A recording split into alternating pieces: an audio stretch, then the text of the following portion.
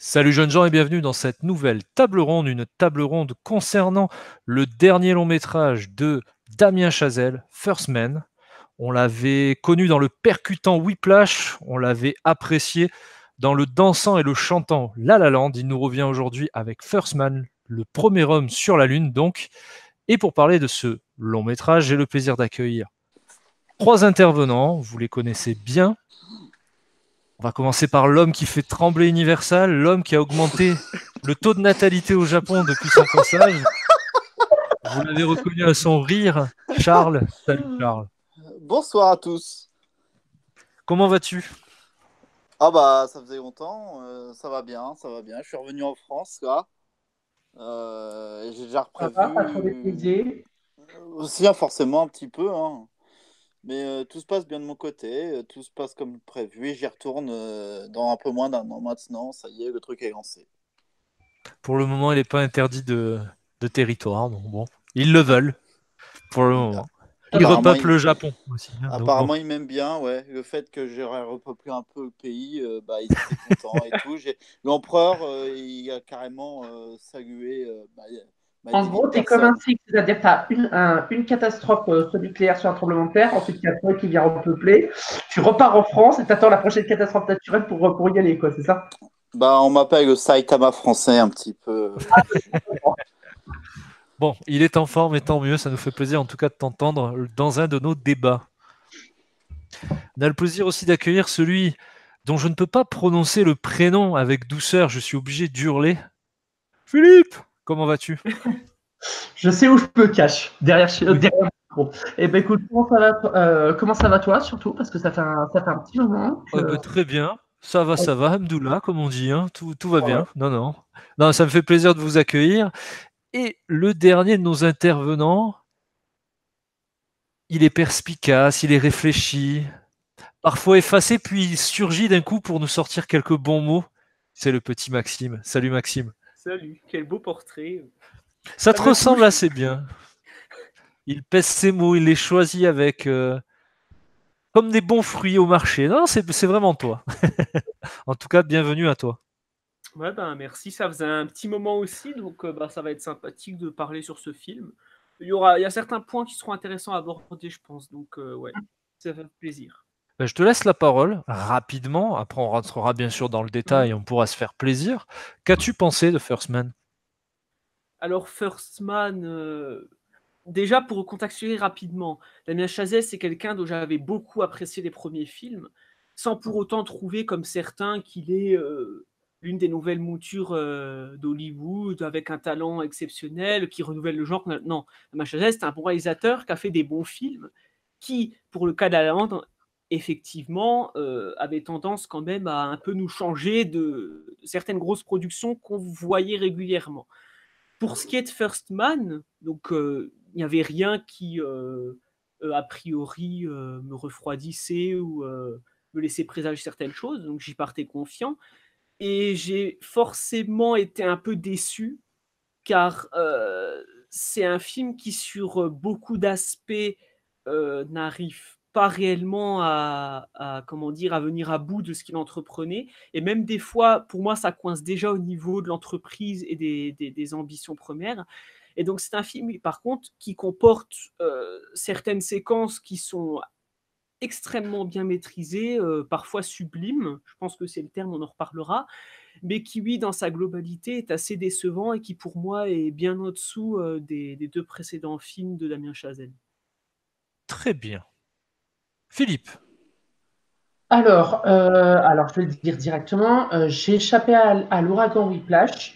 Je pensais échapper à La La Land parce que, disons que le film à Oscar, il faut absolument que tu le vois, parce que sinon tu vas être enterré dans le vivant dans une grotte pendant 6 ans. Mhm. Je me suis fait cueillir comme une fleur, mais à un point que je ne m'attendais vraiment pas. Et le sujet me parlait pour First Man. Je craignais un petit peu quand j'ai eu certaines critiques récentes qui parlaient d'un aspect trop dramatique par rapport à la vie personnelle de Neil Armstrong. J'avoue que la première demi-heure m'a un petit peu fait craser les dents et plus le film avançait, plus je me suis laissé mais complètement emporté jusqu'aux dernières minutes. D'accord. Charles, ton avis? J'ai un peu l'impression de me situer entre Philippe et Maxime pour le coup, parce que J'apprécie le parti pris de Chazelle. Je sais pas comment on prononce parce qu'il me semble que c'est un mec d'origine française, américain. Euh, Oui. Whiplash, c'était vraiment une bombe pour moi. La La Land, pas du tout. Je trouve infect ce film. Alors Oh, bon. que. Ah bah si. Puis C'est il a le droit. insupportable. Oui. Je le trouve insupportable ce film. Et First Man, c'est un biopic. Donc bon, compliqué toujours le parti pris que tu vas prendre avec ce film. Je.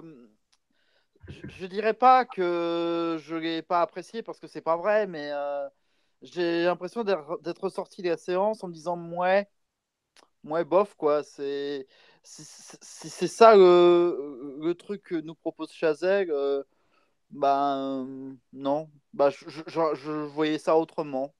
Donc disons que je l'ai apprécié moyennement. Très bien. Bon, est-ce qu'il y a vraiment besoin de faire un synopsis Si, du film? bah quand même. Oui, parce que c'est pas si, comment dire, c'est pas si manichéen. Disons qu'on peut pas simplement se contenter de dire, bah, c'est le biopic sur la vie de Neil Armstrong jusqu'à ce qu'il pose le pied sur la Lune. C'est plus intime que ça.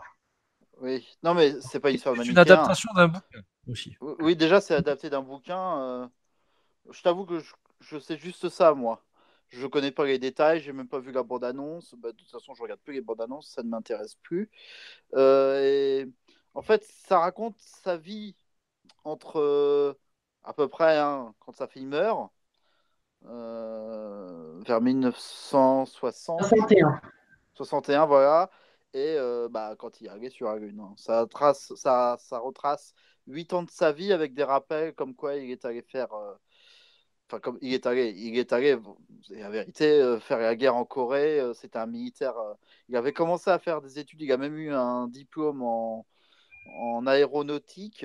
Il a interrompu ensuite un peu sa carrière pour aller faire la guerre en Corée. Et puis, il a refait les missions d'aviation, etc. Bon.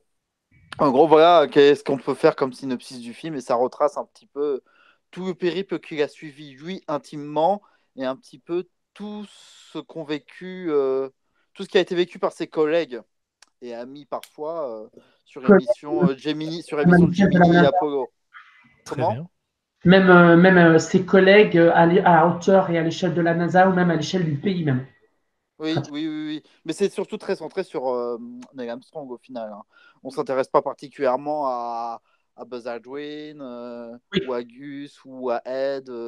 C'est surtout que on part sur Neil Armstrong et on part un peu de ce qu'il a autour de lui, et en particulier sa femme et Donc ses sa vie enfants. personnelle, sa vie professionnelle, forcément qui s'entremêlent pour différentes raisons, forcément. C'est Euh, pas un film patriotique en disant oui, vous avez vu Non. tout ce qu'on a fait pour aller sur la Lune. C'est pas du tout ça en fait. on Et a quelque l'envers part, du décor et également. c'est ce que je voulais. Moi, je voulais pas un film qui fasse l'apologie, disant oh, c'est magnifique ce qu'on a fait. Puis Chazelle a été honnête. Enfin, on va en parler dans le scénario de toute façon. Mhm. Ben, je te laisse la main, hein, Charles, hein. Qu'est-ce que tu as pensé de, pas de cette histoire, mais de cette façon de la raconter, pardon? C'est bien. Au niveau d'histoire, c'est plutôt bien. C'est pas ça que je m'attendais nécessairement. C'est-à-dire que ça m'a pas surpris. J'ai pas été surpris par le parti pris de se centrer sur Neil Armstrong. Alors, je suis pas un passionné d'aéronautique ou quoi, mais par contre, je me suis bien avant le film, hein, j'ai pris connaissance du film que 2 mois avant, c'est pour vous dire, hein. Parce que vous savez que je suis pas trop actualité cinéma en ce moment. Et c'est vrai que avoir une histoire qui se centre un petit peu sur les états d'âme. En fait, c'est un film qui joue sur les émotions, qui parle des émotions de Armstrong, qui est un peu paradoxal parce que le mec, c'était pas le plus charismatique des personnalités qu'on ait pu avoir dans l'humanité du 21e siècle, hein. C'est pas un Mohamed Ali, c'est pas un Michael Schumacher, c'est pas quelqu'un, tu vois, qui avait comme ça un faciès qui bougeait beaucoup ou qui avait un body language étincelant. C'est surtout que c'était quelqu'un qui était compétent, hein. C'était Mhm. indiscutable ça dans son domaine. C'est pour ça qu'on l'a pris pour faire ces missions-là, toutes ces missions-là, hein. Et très souvent, c'était le premier mec qu'on voulait, hein. Euh, Parce que par exemple, Buzz Aldrin, pourquoi est-ce qu'il a été pris? C'est parce qu'on apprend dans le film, c'est parce qu'il y en a d'autres qui sont morts, d'autres qui sont blessés, etc. Alors que Neil Armstrong, on savait qu'il fallait le prendre lui, parce que le mec était le plus compétent, Ultra compétent, ouais. mais en fait, le film prend aussi un choix, c'est ça que je trouve intéressant dans l'histoire, c'est de partir du choix de la mort de sa fille, qui n'est pas un élément déclencheur, mais qui est au moins un paramètre important à prendre en compte pour comprendre en fait pourquoi est-ce qu'il a fait tout ça. Parce qu'il n'aurait pas pris ce risque certainement si il n'avait pas eu ce moment-là. C'est-à-dire qu'il s'est lancé un défi dans sa vie et, en pensant à sa fille et ça y a joué. Je pense que ça y a joué. Alors en prenant en considération aussi qu'il ait fait la guerre en Corée, ça n'a pas été simple non Oui, plus. c'est sûr. On montre que c'est une histoire qui, je trouve, qui parle aussi beaucoup de sa femme. Je pense que ça a un petit peu un lien avec La Lande, quelque part. Alors, c'est pas juste parce qu'il y a le même acteur, hein. Mais qu'on parle d'un mec qui a un choix, qui fait un choix de vie, qui a un truc un peu hors du commun, et c'est influencé par sa femme qui lui dit bon bah tu vas voir tes gamins avant de partir parce que tu vas pas faire genre tu vas travailler et puis tu dis pas au revoir à tes gamins parce que ça se trouve c'est la dernière fois que tu les vois. C'est un peu de montrer que bah voilà derrière chaque homme ou chaque femme importante il y a toujours le compagnon qui a forcément aidé ou poussé ou au contraire malmené la personne. C'est pas une personne toute seule voilà, qui réussit, quoi. Ou qui réussit pas. C'est aussi la famille qui a aidé ou ses amis, quoi. Donc, en soi, l'histoire, le choix d'avoir parlé de ces parties-là de sa vie, j'ai trouvé ça plutôt intéressant, oui. Moi, je Bon, trouve que tu dis que. Pardon, excusez-moi. vas-y. 1, 2, 1, 2, 1, 2. Le truc, c'est que tu dis que c'est pas le mec le plus charismatique et qu'on compte sur lui pour ses connaissances techniques, mais c'est montré, c'est écrit et c'est filmé et même joué d'une manière à ce que Neil Armstrong, son parcours personnel reflète complètement le parcours, la course à la Lune, de manière quasi autodestructeur. C'est vraiment Oui. le cas. Un simple exemple, c'est pas un spoiler, c'est dans la bande-annonce. Mais tu peux spoiler, hein, je rappelle mais que les on débats va- de la table ronde sont Ouais, non, mais total spoil. c'est pour plus tard. C'est juste que, par exemple, on voit dès la bande-annonce que le mec, bon, ils ont pris Harry Ryan Gosling, certes, mais tu vois que, par exemple, à chaque fois qu'il a un accident, le mec, il peut rester, il peut retourner bosser, parler à ses supérieurs, en ayant encore la gueule en sang, revenir à la maison en se faisant pas soigner, et il s'en fout, quoi. Et je trouve ce masochisme, ça tient presque je ferais presque un parallèle avec Miles Taylor dans Whiplash, pratiquement. Oui, bien Ah sûr, bah, oui, oui. totalement, oui. Non, mais je pense que voilà, je pense que Chazelle, je sais pas s'il a eu un peu cette attitude-là lui-même. C'est possible aussi, hein. C'est peut-être pour ça qu'il a choisi cette histoire. Enfin, je sais pas si c'est ce qu'il a choisi. Bon, apparemment, Spielberg était sur le projet aussi. C'est que oui, il y a cette façon de se dépasser et d'avoir déjà un minimum de talent, parce que pour en arriver là, il faut un minimum de talent et avoir un minimum de QI, hein. C'est impossible, sinon tu ne peux pas faire ce qu'il a fait si tu n'as pas la capacité je sais pas comment on dit d'ailleurs. Putain, Cognitive. cognitive, voilà, j'ai fait de la psychiatrie. Disons, on ne peut pas dire clairement que, comme n'importe quel héros américain, c'est le monsieur tout le monde. C'est un Oui, tu astronaute. te dis pas demain je vais aller marcher sur la Lune parce que j'ai perdu ma fille et que j'en ai envie. Il faut avoir les capacités derrière aussi, forcément. Et d'ailleurs, c'est à la fois bien que ça soit mis en retraite, c'est-à-dire qu'il montre quand même qu'il en a dans la caboche, qu'il est en tant que, quand on lui dit, OK, t'es pilote, t'es ingénieur, tu vas bosser à l'aérospatiale, mais t'as pas beaucoup, du moins de mon point de vue, de jargon scientifique où il parle rarement en jargon scientifique où t'as des séquences qui le montrent, quoi. Oui, mais ça, c'est le propre de tous ces génies-là. Ouais. Ils vont pas parler. Ça me rappelle un petit peu ce que quand j'étais à l'école, quand j'étais à l'université. Et personnes souvent qui parlent comme ça que en jargon technique, c'est des personnes qui appliquent bien la règle, comme ils l'ont Il n'y a bien rien dit, qui comme dépasse. bien au professeur. Et ça, j'ai horreur de ça. Et les personnes justement qui font des jeux de mots, c'est un peu paradoxal en fait avec ce mec-là parce que Neil Armstrong, il parle de ça comme il parle, je sais pas, il dit une boîte de conserve pour parler d'un engin avec un mot spécifique, alors qu'à la conférence de presse, où il demande ce qu'il va amener sur la lune. Buzz Aldrin dit bah, moi je vais amener des bijoux. Et lui il a dit bah, j'ai envie de plus de carburant, il est plus terre à terre. Mais par contre, quand il est dans le milieu professionnel, bah, il est. C'est presque cette impression qu'il est inconscient. Mais c'est pas qu'il est inconscient en fait, c'est que. Il est dans son truc, il pense à ça. Il pense à ça et c'est presque un jeu. J'ai vraiment l'impression, même pour avoir eu des choses déjà avant sur Armstrong, qu'il voyait ça presque comme un jeu, quoi. Alors peut-être parce que je me mets en relation avec ça aussi. J'ai clairement Mais... l'impression que c'est un peu difficile à expliquer, mais que le drame est un moteur ou une pièce de l'immense puzzle qui a permis chaque étape d'avancer, de progresser ou d'échouer jusqu'à ce qu'ils arrivent à Apollo 11, jusqu'à ce que lui puisse monter la fusée et qu'ils arrivent enfin à, disons que c'est vraiment le gros paradoxe qui est fait très souvent au cinéma, l'infiniment grand par rapport à l'infiniment petit, qui nourrit l'un l'autre. Oui. Ouais, c'est souvent le propre de ce type de film aussi. Mais jamais, par contre, jamais académique. Ça, je n'ai jamais trouvé que c'est. On parlait tout à l'heure tu parlais de professeurs et de scolaires. C'est jamais pompeux, c'est jamais patriotique, c'est toujours centré, malgré qu'on parle quand même de. Non, je parlais pas de. Non, je disais pas pompeux. Non, je parlais vraiment de Neil Armstrong, de sa façon de penser. Hein. Je parlais pas en soi du choix de. Là, j'étais vraiment limite plus concentré sur Neil Armstrong plus que sur le film en fait. Neil Armstrong, comme plein d'autres génies, sont comme ça. Hein. Ils sont pas à dire mot à mot les mots comme ça. D'ailleurs, je suis pas comme ça non plus. Je déteste. C'est vraiment Neil Armstrong. Il est pas comme ça. C'est un bosseur, mais c'est un mec en fait qui c'est sa vocation, c'est véritablement sa vocation et ça se voit. Et ça se voyait parce qu'il est mort. Maxime, au niveau de l'histoire, plutôt cette façon de la raconter, parce que bon, l'histoire, on va pas la refaire, elle existe, mais comment Chazelle te la raconte? Est-ce que tu es convaincu? Est-ce que tu trouves l'angle d'attaque et c'est étroitement lié au personnage de Neil Armstrong, hein, c'est forcé, hein, c'est un peu le but. Qu'est-ce que toi, tu en as pensé?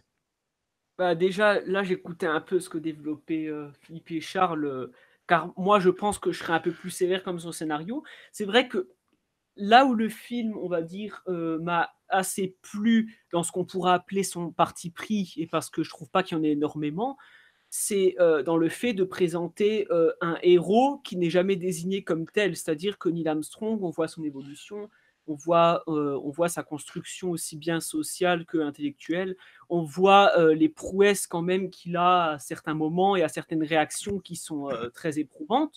Et ça, effectivement, c'est un point.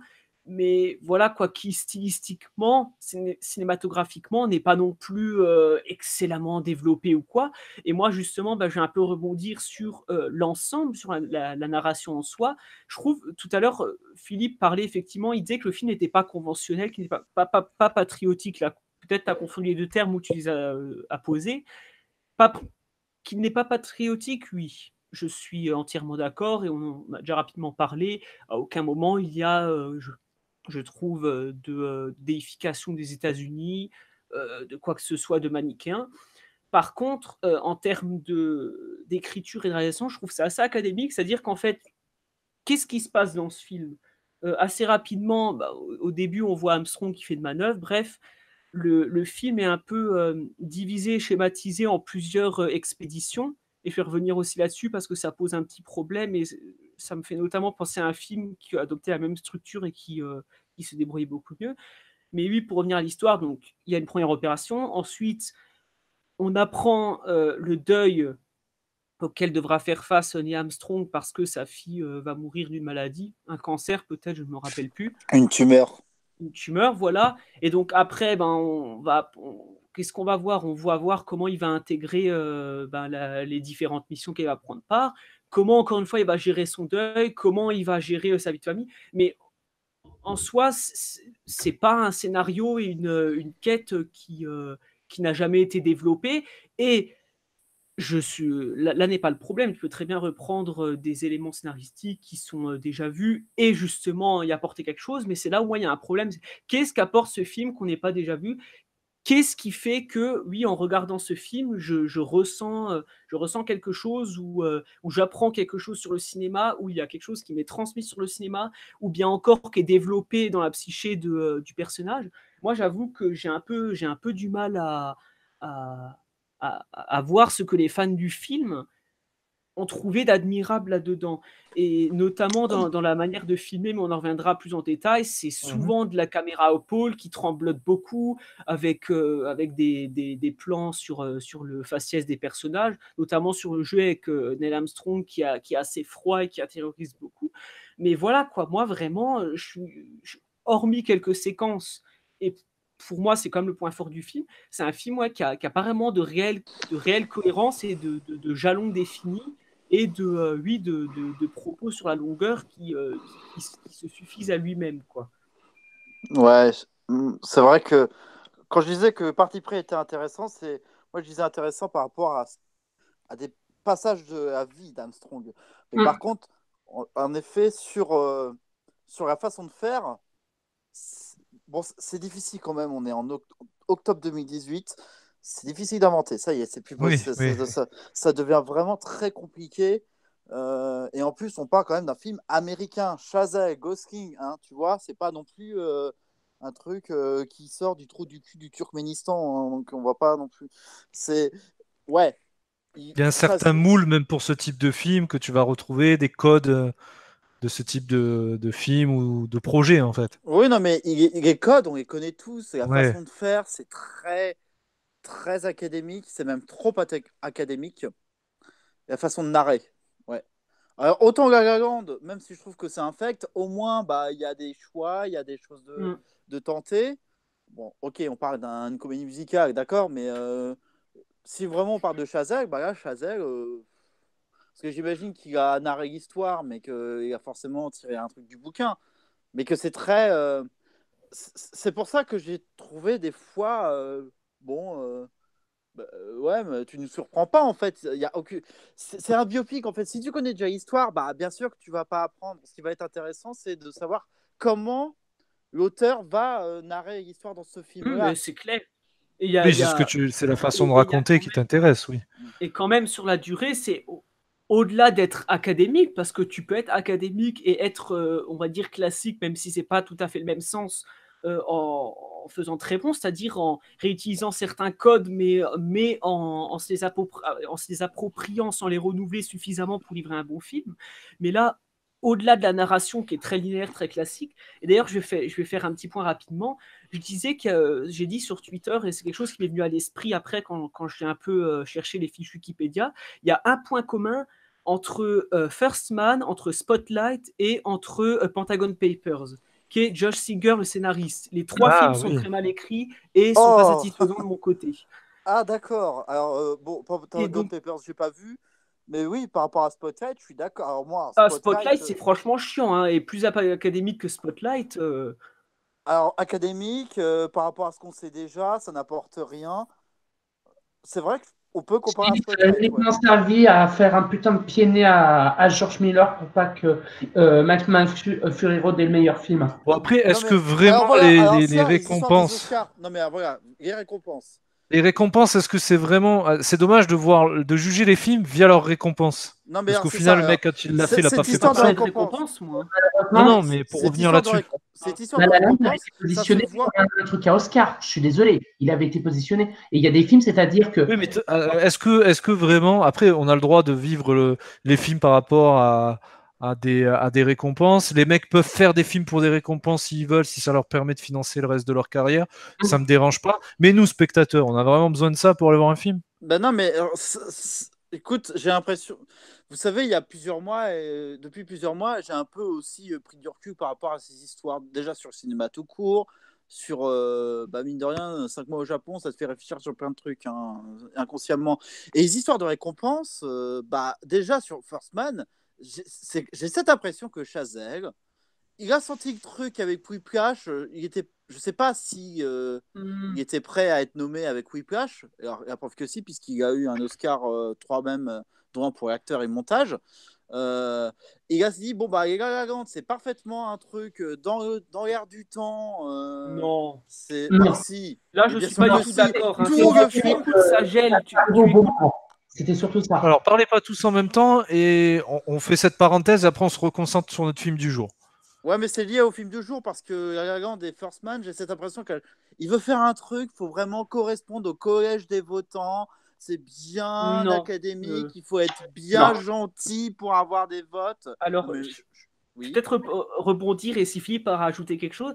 Ouais. J'ai beau être très critique envers le film et le trouver pas très bon, sur ce point-là, je suis pas du tout d'accord avec toi, Charles, parce que quand même le film est raté, je sens quand même qu'il y a une certaine passion. Il suffit que tu écoutes rapidement Chazelle et ça se voit quand même à travers ses films. La La Land, c'était un grand hommage à ses comédies musicales qu'il a toujours chéries, notamment celle de Jacques Demy. C'était un de ses projets qu'il avait en tête depuis qu'il envisage de faire du cinéma. First Man, c'est aussi un projet qui lui tenait à cœur. C'est un film où il porte un certain manière. Et moi, après, je n'ai pas plus raison que toi ou quoi, mais c'est toute une somme de facteurs et de choses qui me font penser que moi, je ne décèle pas, on va dire, d'obsession aux récompenses de la part de Damien Chazelle, et aussi bien dans sa construction de ses films que dans ses paroles en coulisses, quoi. Non, mais attention, tu peux très bien être passionné et puis un peu formater des choses pour te dire, bon, alors, je sais comment il faut que je construise ça. C'est un modèle économique aussi, peut-être. Non, mais en plus, on s'est rendu compte que les Oscars, c'était un sacré monde de faux cul avec les histoires de Weinstein, où toutes les femmes lui faisaient des bisous, et puis d'un coup, il y a l'histoire qui sort. Alors, apparemment, il a vraiment violé des femmes, je sais pas, je suis pas juge, moi. Moi, je ne juge pas, contrairement à Icarion, les gens avant qu'ils soient condamnés. Charles, si on pouvait se concentrer sur notre film... Si, je parle du film. Je vais t'expliquer pourquoi je parle de ça. Pourquoi je te parle de ça, c'est parce que First Man, concrètement, bah, à chaque fois, mais ça m'a fait la même chose avec La La Land. À chaque fois que je voyais un passage, je me dis putain, mais tu pouvais pas prendre un parti pris, oser tourner ton truc. Mais tu vois, ce n'est pas pour autant parce que ça ferait cas, je veux dire comme ça, mais qu'il n'y a pas de talent ou qu'il n'y a pas de réel parti pris que le film a décidé de l'être ainsi. Moi, Chazelle, je trouve que c'est un bon technicien. Et ça, moi, le film m'a beaucoup plu parce que j'aime le cinéma aussi pour sa technique, j'aime apprendre, j'aime voir notamment ce qu'on pourrait appeler les films spatiaux, ça m'a toujours assez fasciné. Mais c'est pas parce que tu es un bon technicien que tu es un bon artiste. Et déjà La La Land, déjà Whiplash, pour moi, c'était bon. Mais artistiquement, Damien Chazelle, moi, je ne l'ai jamais trouvé... pour moi, il ne fait absolument pas partie des excellents réalisateurs contemporains. Réalisateur, oui. Artiste et cinéaste, peut-être pas, tu vois.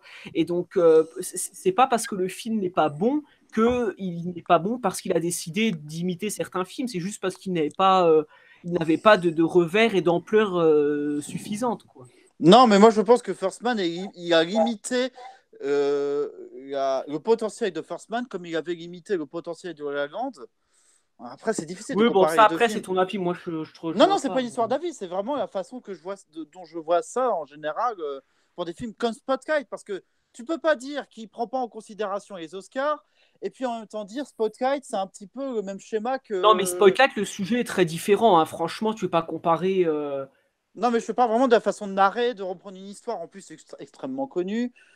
Même si les deux sujets sont même diamétralement différents, mais c'est la façon de narrer, si tu veux, c'est qu'en fait, je me dis, voilà, quand je vois le film, je me dis, putain, c'est quand même dommage de voir une histoire et de dire, mais putain, pourquoi il a pas fait ça, Parce que tu aurais aimé retrouver la fougue de Whiplash, le côté non calculé, peut-être. C'est-à-dire que Whiplash, apparemment, Chazelle est un musicien de base. Bon, je connais pas vraiment la vie de Chazelle, donc tu sentais qu'il y avait vraiment une intimité dedans, il y avait une rage. Quelque chose d'encore plus personnel. Et c'est un milieu qu'il connaît bien mieux. C'est aussi ça ce qui explique peut-être la réussite du film.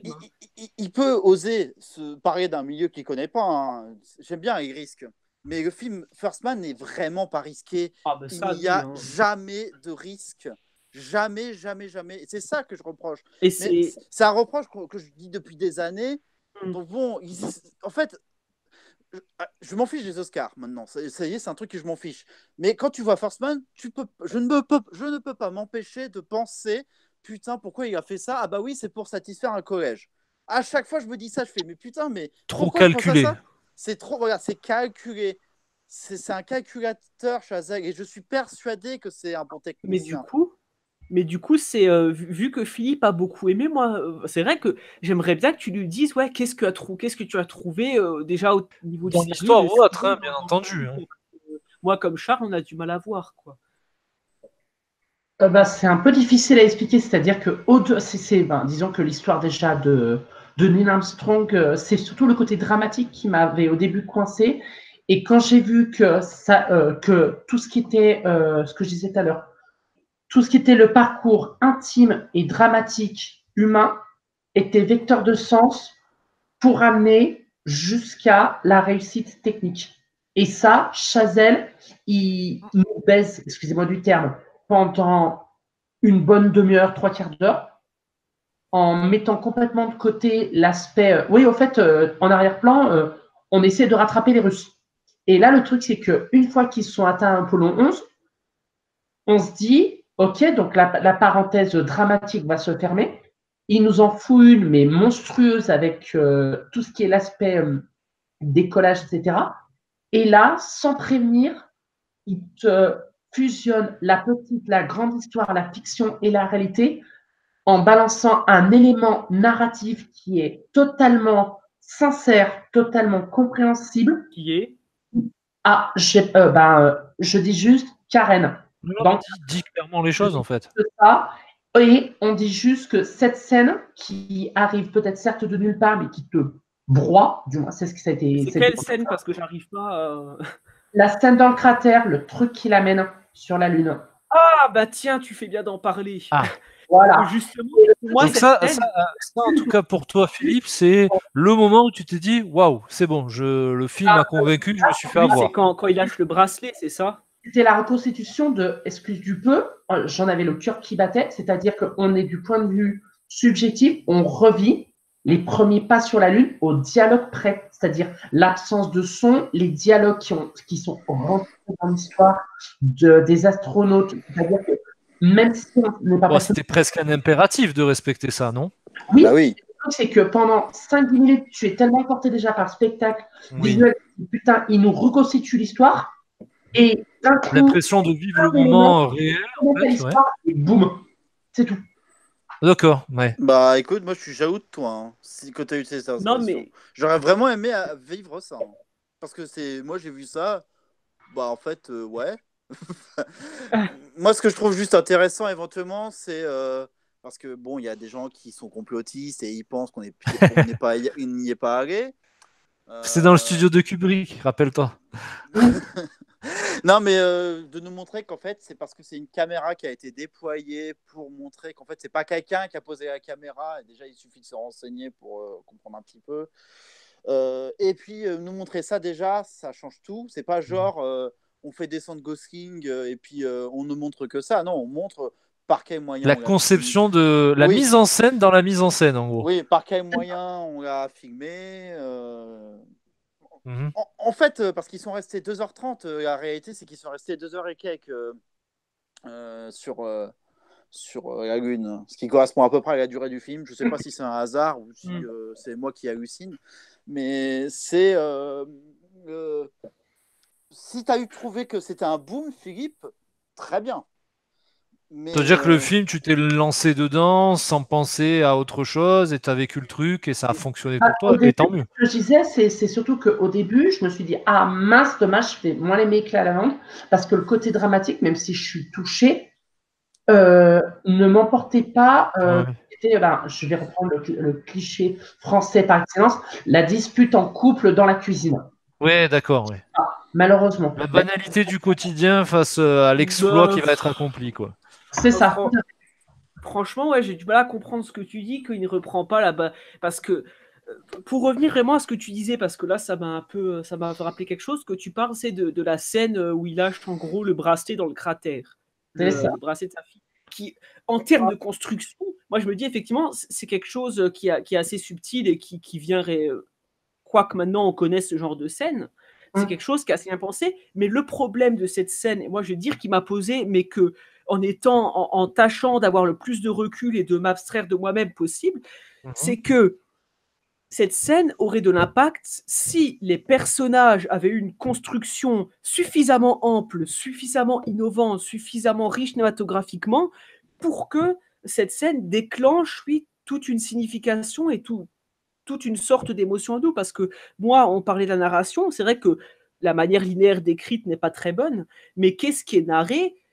Épisode sur le deuil, bon voilà, qui est pas réinventé plus que ça, et donc moi je me fais un peu chier, d'autant que le personnage de Armstrong, il n'y a pas plus de développement que ça. Ensuite, c'est quoi la majeure partie du temps?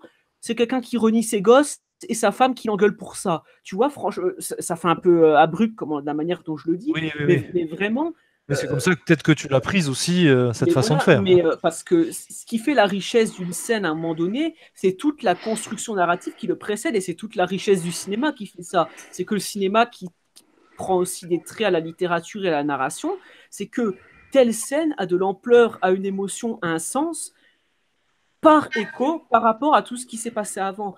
Mais oui, je le redis, c'est tout ce qui s'est Oui, passé avant est assez le insipide et fusil de vague. Chekhov, quoi. Et à aucun moment ne réinvente et n'apporte quelque chose aux gens. Réinventer, bon, le terme est fort, mais à aucun moment, oui, il y a quelque chose qui sorte des convenances et en termes de pur scénario et d'histoire, quoi. Là où, par exemple, parce que je voulais faire un parallèle et je vais y venir rapidement, c'était avec Lost City of Z, où il y avait aussi, si tu veux, cette construction narrative très classique, où en fait le personnage part de quête en quête, il revient, etc. Mais il y avait à chaque fois une sorte d'évolution au rapport des choses, une sorte de magie et d'imaginaire qui continuait à grandir dans son esprit, qui avait aussi des impacts avec la famille. En plus, les films se reprochent. Dans les deux cas, il y a des conflits sociaux et à la fois spirituels en même temps. Mais dans The Lost City of Z, il y avait beaucoup de plans qui questionnaient le personnage, il y avait beaucoup de scènes qui avaient des dialogues profonds, etc. Où là, dans First Man, ouais, c'est pas parce que tu fais un plan fixe sur ton personnage et que jamais tu varies les registres, jamais tu apportes des dialogues, quelque chose vraiment comment dire, qui enrichissent la chose qui, là, est encore assez vide. Bah, forcément, les plans après, au niveau dramaturgique, ont du mal à fonctionner. Et quand même le plan est intelligemment conçu, il ne fonctionne pas forcément. Est-ce que vous voulez rajouter quelque chose sur la partie histoire, mes amis? Juste une dernière chose pour clore Mais je le t'en débat prie. par rapport aux Oscars. Si le film était réellement positionné pour les Oscars, tout comme La La Land, il aurait été positionné, il serait sorti en novembre ou en décembre, mais il y a deux choses. Déjà, ils en parlent, allez, en étant gentil, 4 fois moins que A Star is Born. Déjà, ils saoulent 10 fois moins que La La Land pour un quelconque, ouais, Damien Chazelle va revenir aux Oscars, machin, tout ça. Et quatrièmement, même si c'est le retour de Damien Chazelle, on connaît moi-même, et je ne sais pas pour vous, le calendrier qu'il va y avoir en décembre. Et je pense que pour une sortie en décembre, ça aurait été sacrifier le film, comme ça va être le cas pour le Zemeckis.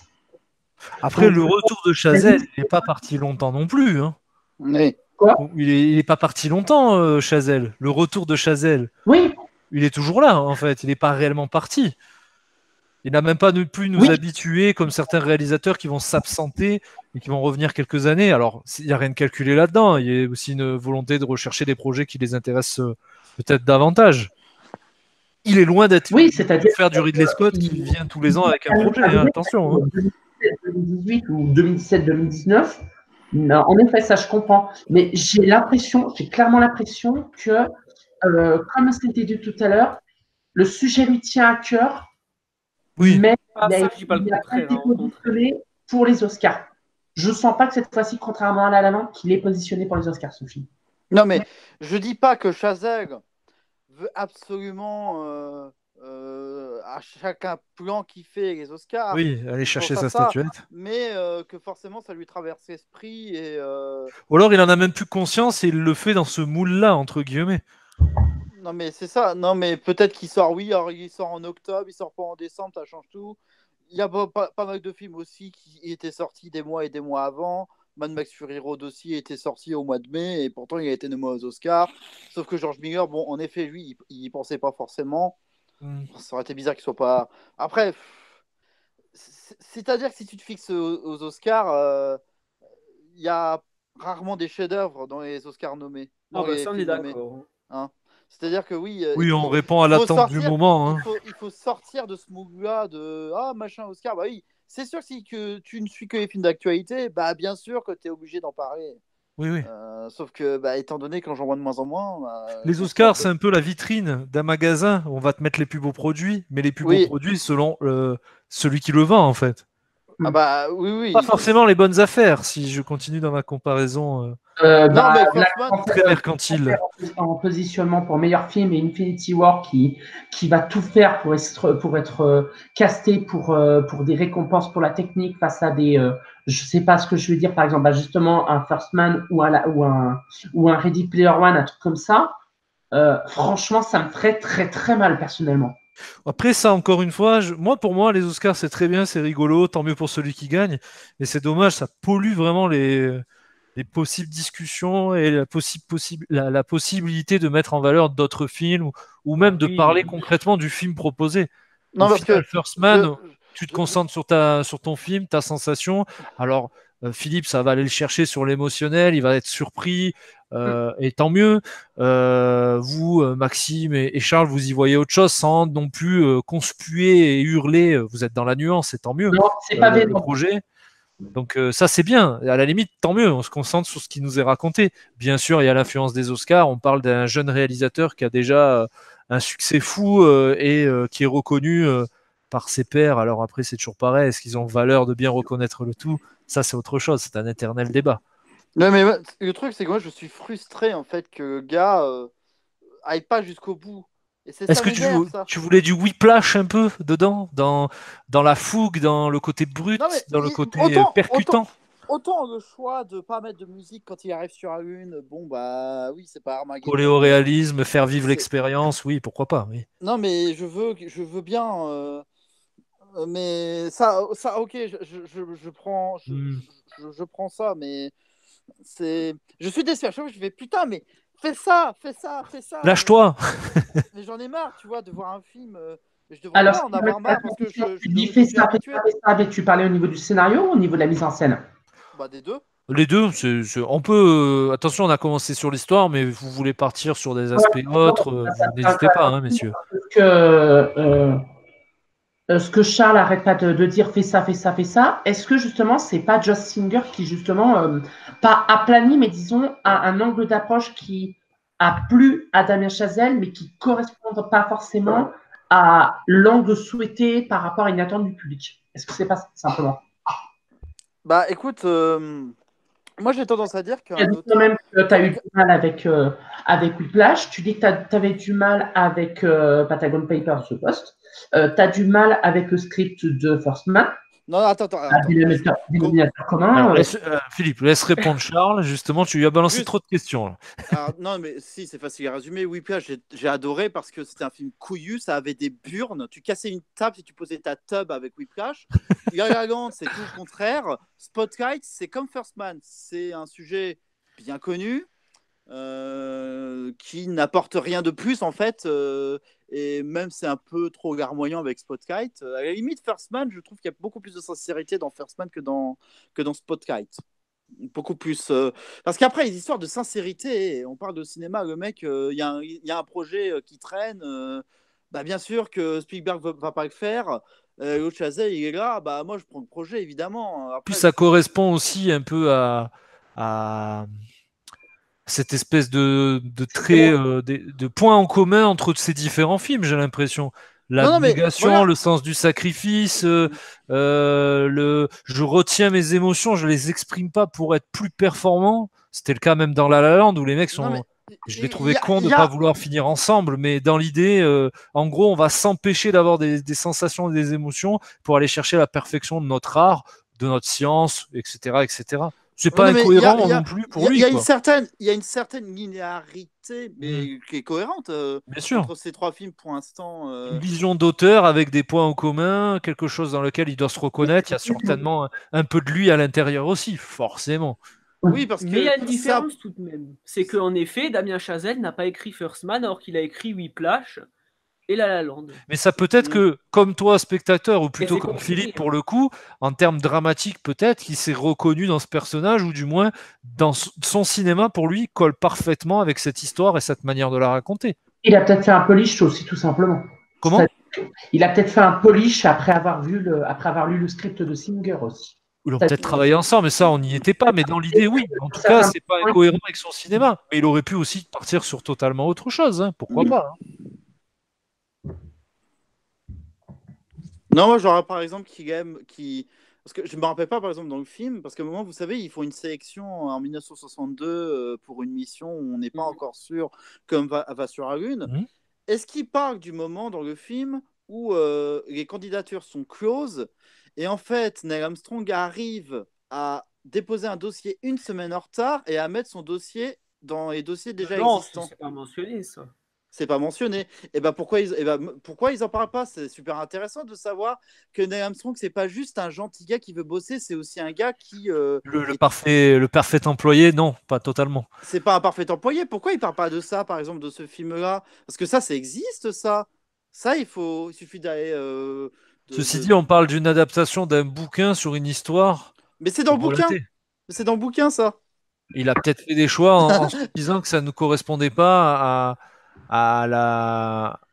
on va dire, la cohérence, selon lui, de son film, peut-être. Non, mais en fait, c'est ça, c'est que.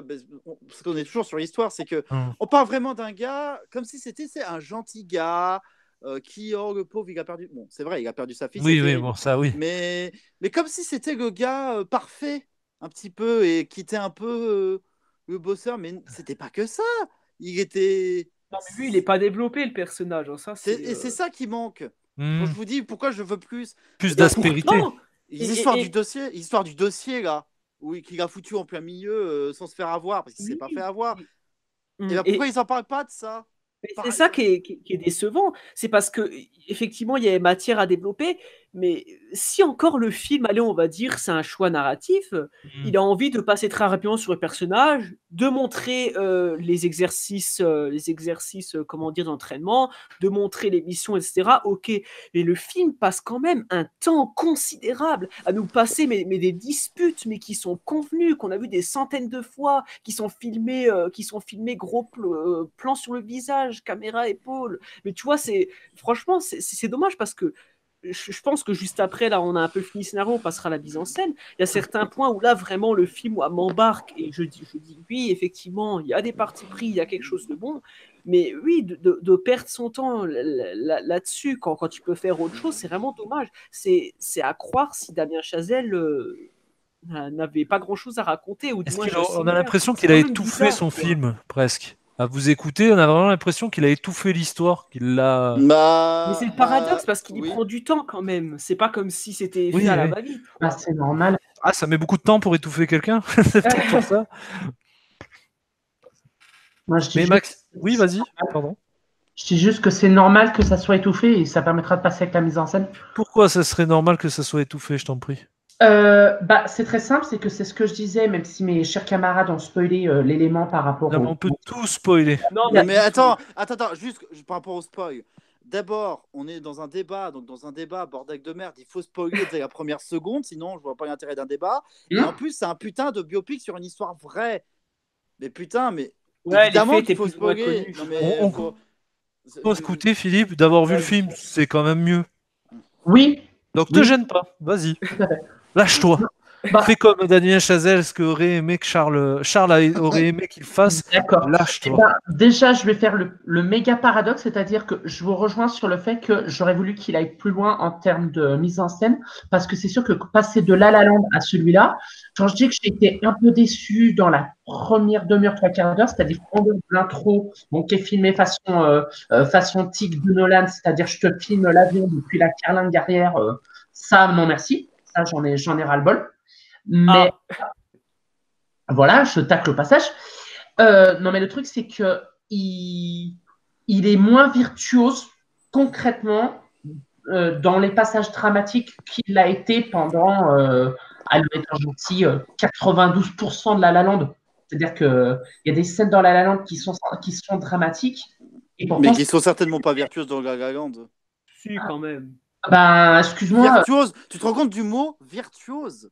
Mais franchement, il y a des plans, mais c'est un truc de malade. Même, faites attention au mot que vous employez, virtuose, tu te rends compte du mot d'emploi en tech et qu'on ne connaît pas le poids des appareils ou la difficulté de régler un plan précis. Un simple petit détail technique. Je vais faire une parenthèse à la lampe très rapidement. Je sais pas si vous vous en rappelez, il y a un moment tout simple où il y a Mia qui fait je dois aller à mon casting. Mince, j'ai oublié mon tablier. C'est suivi avec un seul panoramique. Comme durant le pied, c'est filmé avec un appareil qui fait pas loin de 40 kilos. C'est une grue qui suit le mouvement. Tu vois ce plan, tu as l'impression que Chazelle, il a touché sa grue, elle fait hop, j'ai décidé par la volonté du Saint-Esprit qu'elle pèse 3 kilos. Mais sincèrement, il y a des plans, c'est pareil, la plupart des chansons, c'est en plan continu ou en plan séquence. Oui, l'autoroute, Mais attends, t'as déjà vu Tokyo Tribe, t'as déjà vu l'Arche russe? Ces films-là, ils ont fait ça avant Gagagant. Ah oui, non, c'est pas lui qui l'a inventé. Me dis certainement pas que c'est virtuose. L'Arche russe, c'est sorti en 2002. T'as vu l'Arche russe ou pas de Sokura? Est-ce que t'as vu Tokyo Tribe? Tokyo Tribe, c'est sorti 2 ans avant. Tokyo Tribe faisait 10 fois plus que Gagagant de Sion Sono. Tokyo Tribe, je rappelle, qui est une comédie musicale aussi et qui fait des pures séquences et qui fait des trucs aussi bons, au moins que techniquement. Je parle techniquement avec les poids des caméras aussi, que Chazelle. L'un n'empêche pas l'autre. Quand on parle de virtuosité, on ne dit pas que ça réinvente. Faut pas tout confondre. On dit juste qu'effectivement, c'est éblouissant d'un point de vue technique. Et voilà quoi. Et c'est là où moi, il y a ma limite de Chazelle. C'est que le technique, ok, ça crée des émotions à certains moments, mais ça fait pas tout si ça ne suit pas derrière. La narration derrière, l'écriture des personnages, pour toi, ça mériterait plus. C'est exactement ce qui m'a bloqué sur la première demi-heure, parce qu'il y a véritablement une limite par rapport, très simple pour que vous vous situez, c'est juste après le crash du module lunaire quand il le teste et que ce que je disais, il va ressortir tranquillou, le truc explose derrière et que lui, il se ramène avec la gueule encore en sang et il discute comme si ouais, c'est pas grave, je suis pas allé me soigner, je m'en fous d'avoir du sang sur la tronche. Et je trouve que toute la partie dramatique est hyper, je ne vais pas dire anxiogène, mais je dirais vraiment pratiquement claustrophobique. C'est-à-dire qu'on se sent Ah non, mais ouais, si ça t'a paru claustrophobique, moi c'est ah non, je regardais ça comme si tu regardes un téléfilm. Non mais franchement, ces séquences-là, elles étaient tout sauf anxiogènes et âpres pour moi. Puis en plus, alors. C'est pas pareil. Là, il y a 2 termes intéressants là. Claustrophobique et anxiogène. Oui, j'ai fait le... Parce que claustrophobique, non mais en fait c'est intéressant que Philippe tu aies parlé de ces 2 mots. Claustrophobique un petit peu. Oui, il y a le fait que quand même ils sont dans des appareils. Oui, dans les séquences là, mais pas les séquences c'est pas des lofts, extérieures, les appareils parce que c'est ça que parlait Philippe. Non mais c'est ça, c'est pas l'hôtel Palmyra. Non, on est d'accord. Je parle bien des séquences dramatiques, je parle pas des séquences. Tu parles des séquences dans le module. Là carrément c'est vraiment, on peut vraiment utiliser le terme claustrophobique là, c'est oui mais anxiogène ça n'a pas de sens de dire anxiogène parce que anxiogène tu connais la suite. Anxiogène ça voudrait dire que à la limite tu t'attends pas à ce qui va se passer derrière, sauf que tu sais que Neil Armstrong va s'en sortir. Alors après tu peux l'oublier dans ta séance de spectateur.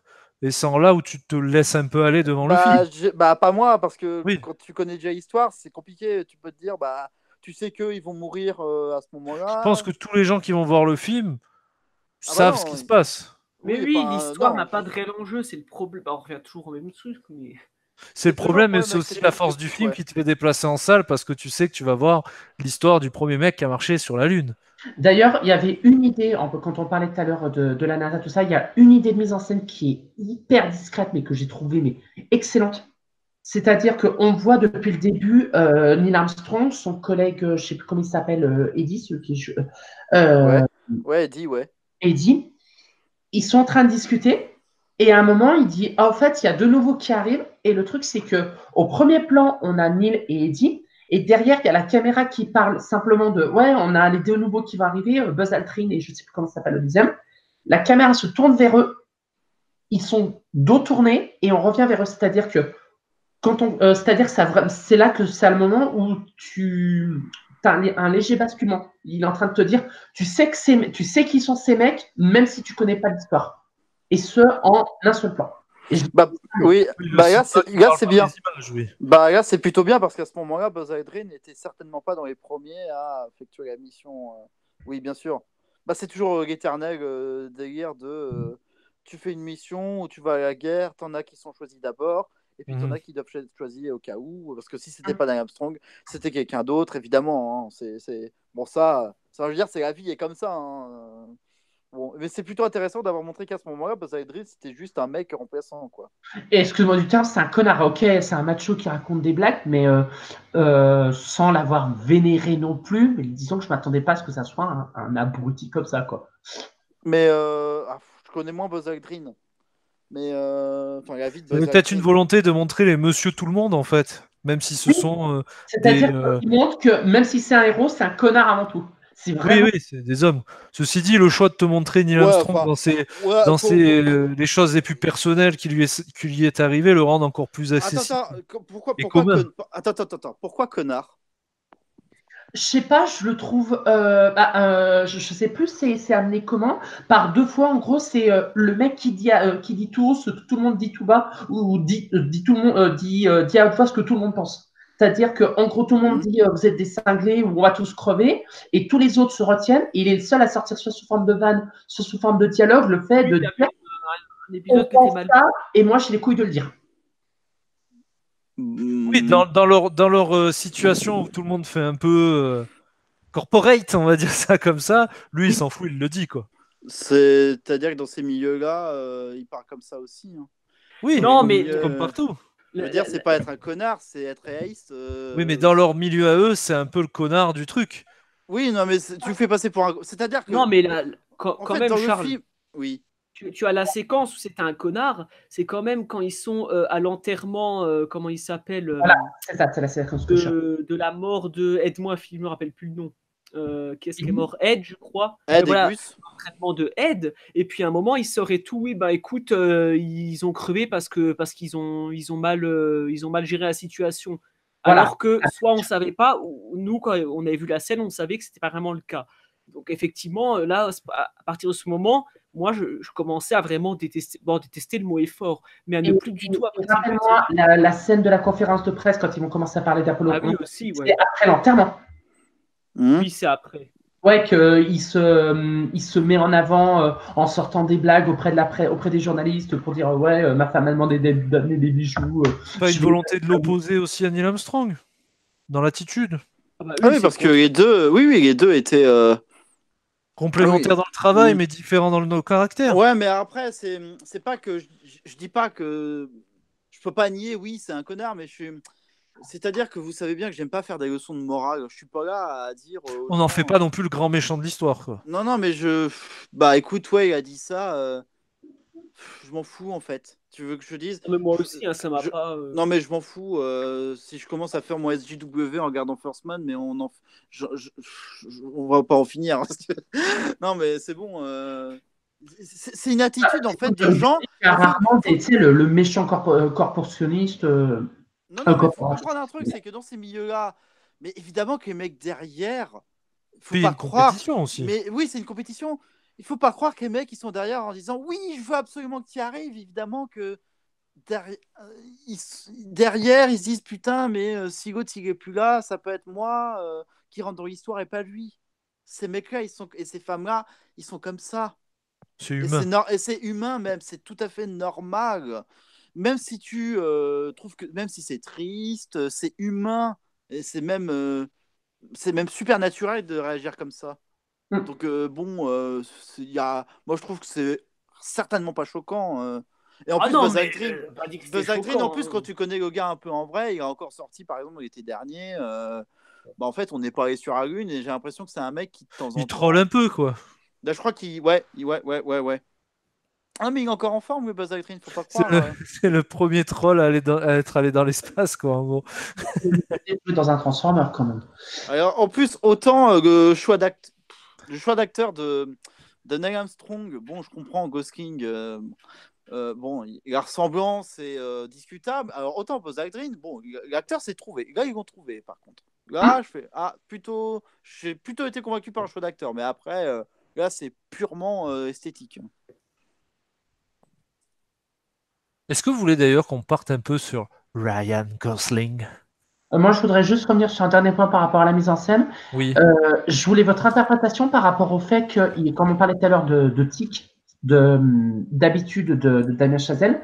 Je sais pas si vous avez tous noté, il a cette espèce de mouvement de panoramique fili hyper rapide qu'il a mis en place depuis Whiplash, et que, vu le ton du film, je veux dire, c'est un peu comme les colombes de John Woo, tu te poses la question inconsciemment, ok, vu le sujet, tu vas nous le foutre à quel moment? Et j'ai été véritablement surpris du moment où il l'a choisi, quoi. Quel était ce moment, justement?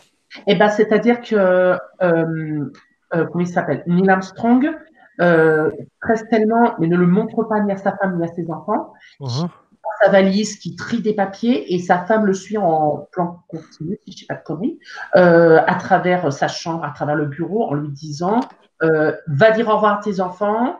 Elle lui dit pas clairement on n'est même pas sûr que tu reviennes, mais elle insiste clairement pour lui dire je veux que tu parles à tes enfants, je veux que tu dises au revoir à tes enfants, et tu sens la confrontation entre eux, et tu as à ce moment-là le panoramique filé, mais il est beaucoup plus lent, beaucoup moins, comment dire, beaucoup moins joyeux, beaucoup moins positif que l'énergie dégagée dans un Whiplash ou dans un La La Land.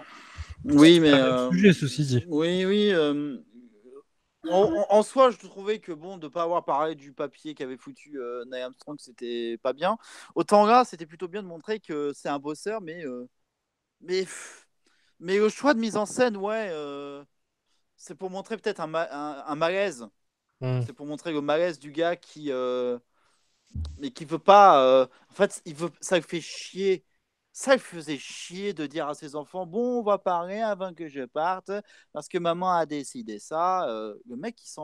Oui, d'ailleurs, j'aime bien la distance, parce qu'il leur parle d'abord en essayant d'être sincère, et puis ensuite, il leur répond comme si c'était limite une conférence de presse. Ça, j'aime bien. Les réponses vraiment toutes faites, tu avais l'impression de faire une prolongation. Après, il n'est peut-être pas à l'aise dans le fait de dévoiler ses sentiments. Oui, c'est ça. Étant donné qu'il a connu un petit problème personnel, de famille. Oui, surtout qu'avec ses amis, il en parle très très peu. Et on le montre dans le film, ça. Qu'avec Ed, avec Gus, il n'en parle pas. Il ne parle pas de... Et même sa femme, pour te dire, Anthony, parce qu'en fait, comme tu n'as pas vu le film, sa femme demande des fois, mais est-ce qu'il te parle il te parle de notre fille qui est morte? Ils disent, non, pas vraiment. Oui, le mec est enfermé, quoi, en fait. Oui, mais il est enfermé dans son propre cerveau, quoi, limite. Oui, mais c'est un choix. Il y a des gens comme ça. C'est une façon aussi de pouvoir vivre la douleur qu'il a dû ressentir, ou de la mettre de côté aussi. C'est pour ça que moi j'ai été complètement emballé par que Chazelle m'a complètement eu avec la scène du pendentif, c'est-à-dire que s'il a volontairement choisi ce cadre très, comme ce que je disais, pas claustrophobique, très serré, presque malaisant, vraiment dramatique au sens psychologique du terme, c'est parce que tu sens véritablement que tout le long, il s'en remet pas. Et que je suis pas là. Mais tu vois, Philippe, se libérer de enfin pouvoir lui dire au revoir. Mais tu vois, juste par rapport à ce que encore une fois, tu parles de claustrophobie. C'est vrai que le serrage du cadre pour créer quelque chose, d'oppressif, de claustrophobe, c'est quelque chose qui a déjà été vu, mais c'est pas là-dessus que je vais rebondir. C'est juste sur le fait qu'en fait, c'est quelque chose de constant dans le film, et dès le début, sans même retournement, qui ne traduit pas pour moi réellement de rupture ou d'évolution dans le film, ce qui fait qu'à la longueur, c'est assez redondant et ennuyeux, quoi.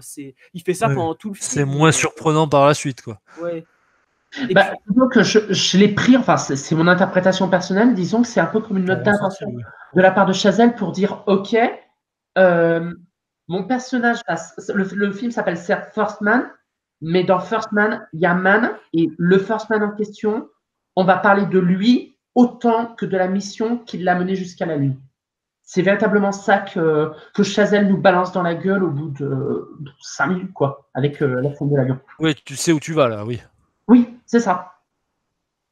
Parce que tu t'attends, disons que tu as le côté un peu antinomique entre tes attentes et les intentions du réalisateur. Et quand on te dit First Man, tout le monde dit alors ouais, ça va parler de la Lune, ça va parler du voyage sur la Lune, etc. Mais non, ça va parler de l'homme qui est allé sur la Lune et ce que lui, il a traversé intimement pendant que ça s'est passé.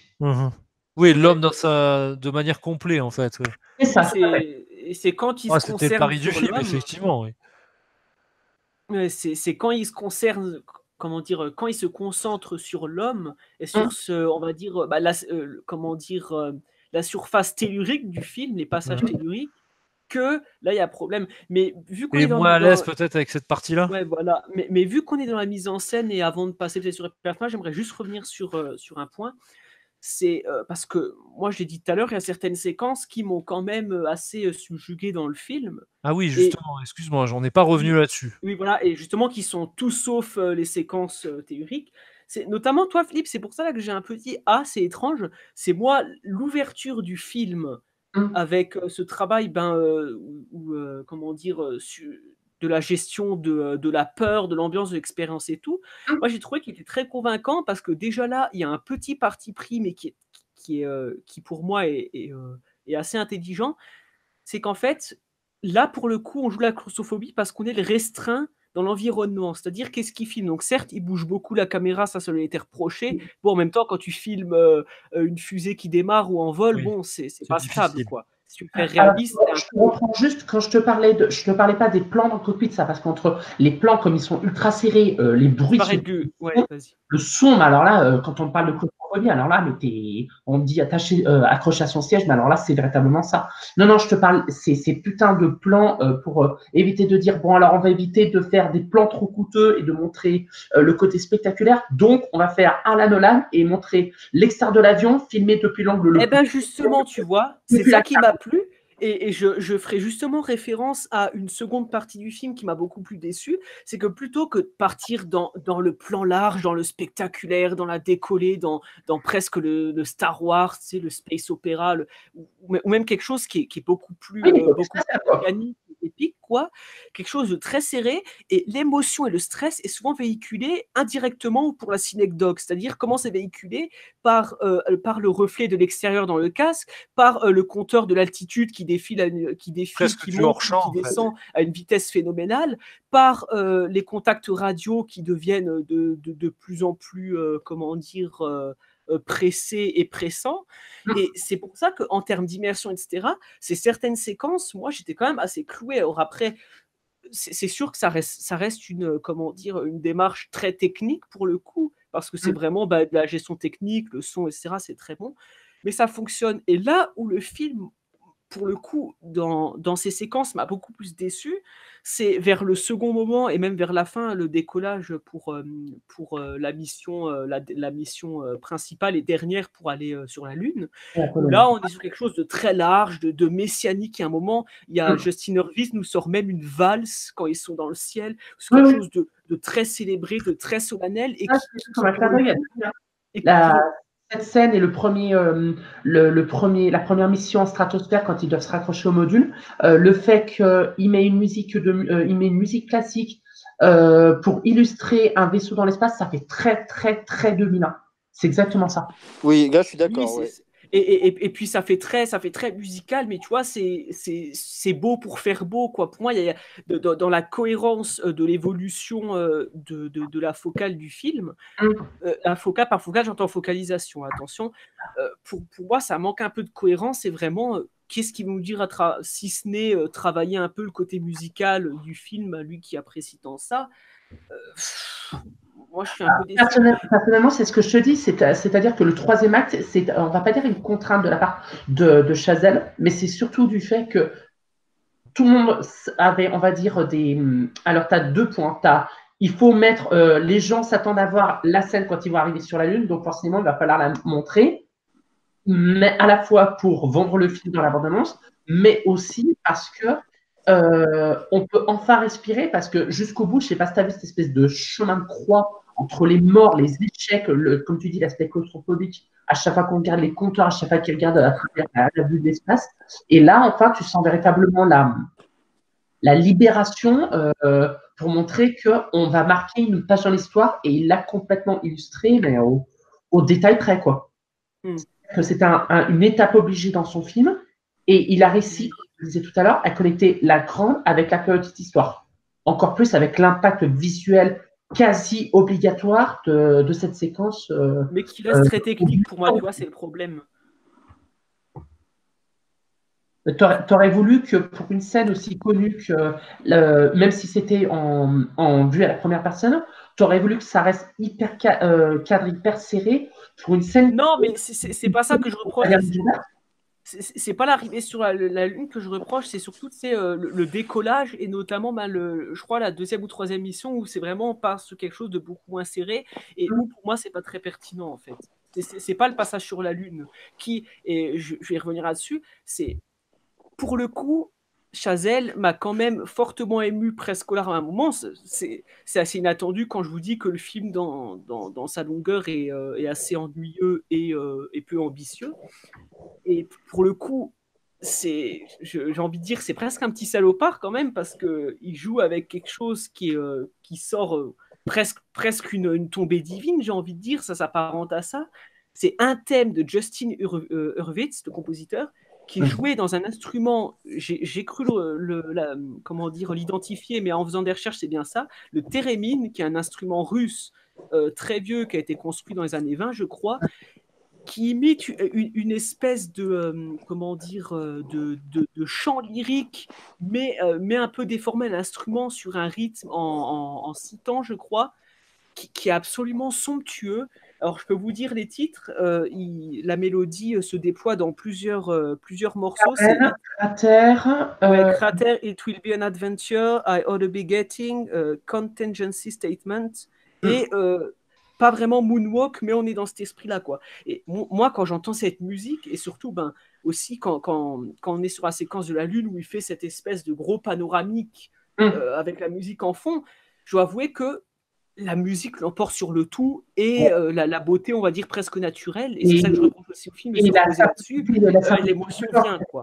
Quand il baisse la vitre parce qu'il ne veut pas, alors qu'il n'y a personne d'autre, c'est-à-dire qu'il est face spectateur et qu'il n'a pas envie de montrer ses émotions. Alors, c'est surtout ça qui est balèze, c'est-à-dire que tu parles de la musique, mais tu as surtout le plan où il dit au revoir à sa fille et que c'est Ryan Gosling qui arrive à véhiculer de l'émotion et qui ne veut pas montrer son émotion pour la cacher derrière son casque. Là, c'est bon. C'était moi qui étais en train d'inonder la salle à ce moment. Ah non, mais oui, c'est l'utilisation de ce thème, pour le coup, c'est l'un des plus beaux thèmes que j'ai entendu depuis longtemps. Et donc, effectivement. C'est une dissonance du thème de Mia et Sébastien. J'ai bien comparé cet après-midi. C'est pas faux, ouais, c'est pas faux. A contrario, mais enfin bon, non, ça reviendra à la musique. Ah, mais on peut continuer sur la musique, surtout en précisant que il y a un autre thème. Le compositeur du film, c'est le compositeur attitré du réalisateur. Ouais, parce que ami même. Ils se sont connus à l'école.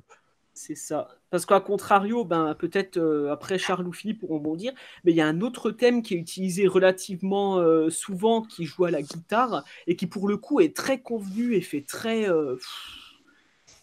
très suranné, quoi, la variante à la guitare que j'ai entendue très longtemps. D'ailleurs, je comprends pas, c'est le thème principal qui s'appelle The Landing, je crois, qui est très apprécié, et que moi, je trouve assez artificiel, et justement qui contribue un peu à cette outrance dans la célébration de l'événement et tout, là où l'autre thème qu'on a évoqué juste avant est beaucoup plus subtil, fin, et c'est cette finesse, cette retenue qui fait la beauté de l'événement. Oh, le thème qui s'appelle, je crois, Apollo 11 Landing, si je me rappelle bien. Ouais, The Landing, le thème principal. Ouais, c'est ça. Quand le vaisseau il décolle, moi personnellement, il tourne en boucle depuis vendredi dernier, quoi. Ah ouais, non, moi je le trouve pas bon. Hein. Après, c'est, je sais pas, je trouve que dans sa composition, on l'a déjà entendu beaucoup de fois, quoi. Ouais. J'ai trouvé la musique insignifiante, mais tout le long du film. Il n'y en a aucune qui ressort pour toi? Non, mais en fait, non, c'est pas tellement la musique qui m'a intéressé, c'est paradoxalement les silences, justement. Quand il n'y a pas de musique. C'est pour moi les passages pour l'utilisation du son les plus intéressants. Parce qu'un biopic sur un tel homme, bon, il est avec ses enfants, il fait sa mission, il fait son manège là où il va gerber. Bon, là, le choix de la non-musique, oui. Le choix des musiques, ouais. Mais quand je dis que c'est insignifiant, c'est pas que c'est pas bon. C'est que c'est. Ça ne te fait rien, en tout cas. C'est que le choix est judicieux. Et surtout, dans son emploi, globalement, la musique, moi je disais que le thème, la mélodie au thérémine m'a fortement touché, mais dans son emploi, et dans l'entièreté de la scène et de la mise en scène et du peu de langage qui est déployé, c'est pas très impactant au final, tu vois. Au final, c'est le plus la fait- musique toute seule qui Voilà. provoque quelque chose chez je- toi. Oui, voilà, je l'écoute, Mhm. je l'ai réécouté plusieurs fois, et c'est cette simplicité qui me touche encore, mais c'est très extérieur au film au final, tu vois. Oui, mais le choix des sons, surtout. Je pense qu'un film comme ça, qui se centre sur un bonhomme au final, parce que ça centre beaucoup plus sur un bonhomme que sur la mission en soi. Parce que bon, Oui. la mission, ok, on montre des parties techniques, qu'il y a des choses qui ont évolué, on voit des prototypes utilisés. Bah, c'est bien de faire ça.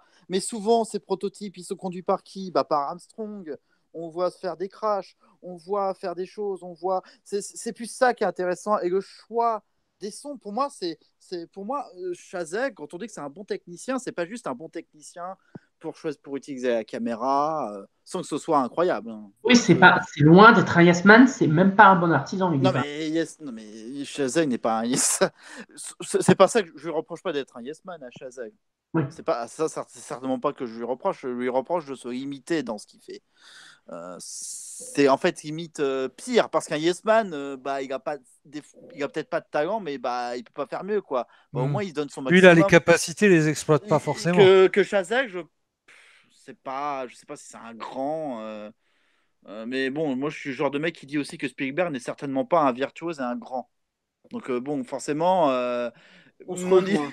donc forcément, mais bah c'est comme ça. Regarde les yeux de mon avatar et ose me dire que Spielberg n'est pas un.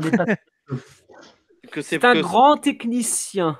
Non, mais c'est pas parce que. Comme je dis, c'est pas la même chose. Non, mais je suis le genre de mec, par exemple, que je fais bientôt mon top 1000 et Don de la Mer et Indiana Jones n'est pas dans ce top 1000. Donc déjà, je te spoil ça, quoi. Mais tu vois, Chazelle, là, c'est surtout pour son choix des sons, quoi. Pour moi, les sons, c'est bien. Ah ben oui. Le son, mais bien, voilà, c'est bien.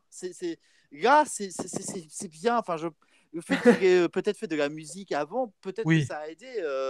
Les silences sont importants en musique aussi, effectivement. Ah non, mais les silences, ça mine de rien sur la lune, mais voilà, très bien. Enfin, je veux dire, avant, il y a pas mal de discussions, de tranches de vie avec la femme de Neil Armstrong et ses gosses, ou quand elle discute avec la femme de Eddie. Il y a très peu de musique, il y a très très très peu de son, quoi. Je crois qu'il y a certaines discussions entre nanas. Il me semble même pas qu'il y a un poste en arrière-plan, une radio, un truc comme ça, quoi. Pour un personnage silencieux, éteint. Bah oui, c'est ça. Non, mais c'est incohérent. Je veux dire, la technique du film est en cohérence avec ce qu'était Neil Armstrong. Là-dessus, on peut pas. Je pense que Chazelle a bien fait le truc. Il y a pas de. C'est bien. Quand on dit que c'est un bon technicien, bah là-dessus, oui, évidemment. Néanmoins, les acteurs, je sais pas, je suis un peu perplexe parce que Gosling, autant dans un Blade Runner 2049 qui est un rôle, alors, ok, c'est pas pareil, mais c'est un rôle mutique. Et c'est pas le premier qu'il fait, en plus. Non, mais pour moi, Gosling, c'est un bon acteur. Il est même super drôle dans The Nice Guys et dans un autre, je ne saurais plus dire. The Nice Guy, il est excellent dedans. Oui, non, mais je veux dire, pour moi. Il a un vrai potentiel comique.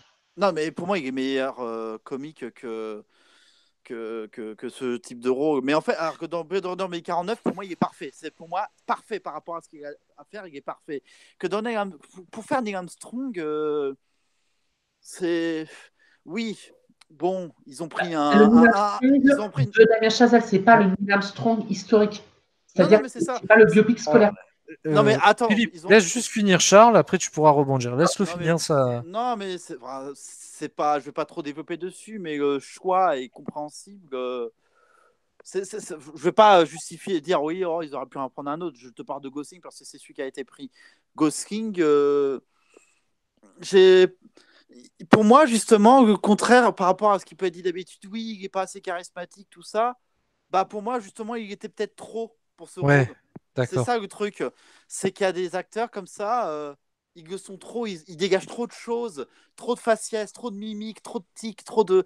Et c'est ça le truc qu'il a, Gosling. C'est pas un mec, c'est pas un monolithe. Hein. C'est pas un bloc.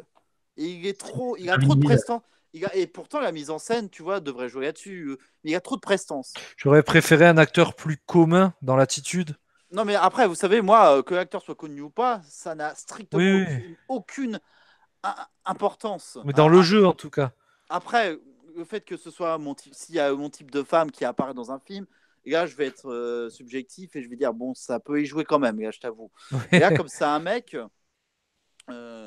et puis que je suis hétéro et que je suis un mec blanc cisgenre privilégié, donc voilà, un mec parfait, quoi, je peux pas, j'arrive pas à avoir un attachement particulier avec le jeu de Ryan Gosling. Mhm. Mais c'est vrai que pour juste Gosling, moi après, je vais pas le juger énormément et j'ai pas envie de le faire parce que pour moi, le problème vient avant tout de l'écriture du personnage et de leur mise en scène, qui les met très peu en valeur. Et donc, à partir du moment aussi, le problème vient de la direction, bon, c'est toujours difficile de juger un acteur. Oui, c'est sûr. Mais c'est vrai que dans la globalité, et moi, j'ai pas vu toute la filmo de Gosling, c'est quelqu'un, j'ai aucun grief contre lui, et puis, comment dire, sans pour autant être un grand admirateur. Par exemple, dans La La Land, je trouve que aussi, on parlait de comique, il est assez drôle, il fait bien l'affaire. Mais c'est vrai que lorsqu'on demande d'être, comment dire, j'essaie de trouver le mot en français, c'est shallow en anglais, comment dire, si tu veux, Sombre, un peu oui, il dark. n'est pas assez Le profond ténébreux. en fait. Ténébreux, ouais. Il n'est pas assez profond, c'est que j'ai du mal, quand je vois des films où il est dans quelque chose de plus dramatique, à croire qu'il a de réels stigmates, des fissures cognitives, spirituelles, tu vois, par exemple, les séquences où il pleure, je me dis, ok, bon, il sait le faire, mais c'est vrai que j'ai du mal parfois à croire en la crédibilité de la peine que son personnage ressent et que lui sait transmettre. C'est vrai que et je pense que c'est tout simplement qu'il a du mal à le faire. Je pense pas que c'est une question de tête qui renvoie à telle chose. Moi, je suis pas dans ces Tu penses que c'est par rapport au talent de l'acteur à la base?